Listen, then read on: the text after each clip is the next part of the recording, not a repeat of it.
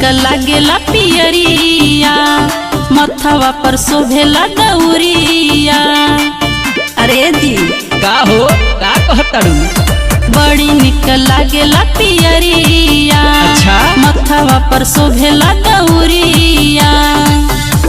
उनके दया से रथवा साजो तारू। हाजी सब उनके कृपा बा। भगती में लीन होके धनिया हो, झुम झुम के नाचो तारू। अरे मान ना जाओ काहे से करतारू? ले ले बारू गोदी में बाला कावा हो, कबो नाही बाचो तारू। अरे देखा हो बबुआ के संहारो।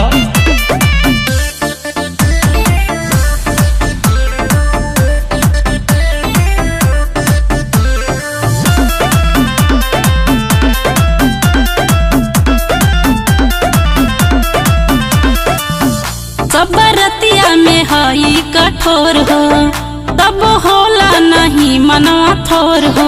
जय छठी मैया, तब माई के महिमा है। सब रतिया में हई कठोर हो, तब होला नहीं मनवा थोर हो।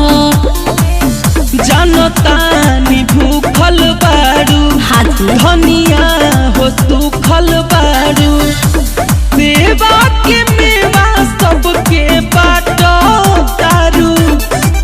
हो भगती में लीन होके धनिया हो, झुम झुम के नाचो तारू।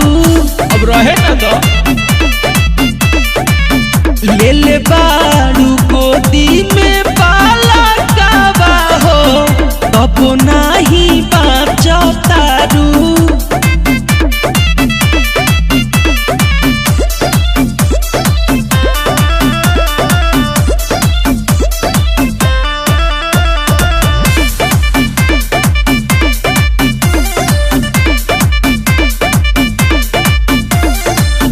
सभी सूरज बाबा के गोहरावे, नित उनके से नहिया लगावे।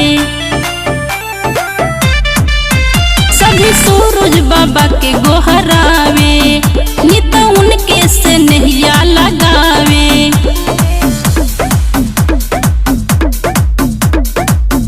महिमा मयरिया के असरे में अखिया खुल के ताको तारू। भगती में लीन होके धनिया हो, झुम झुम के नाचो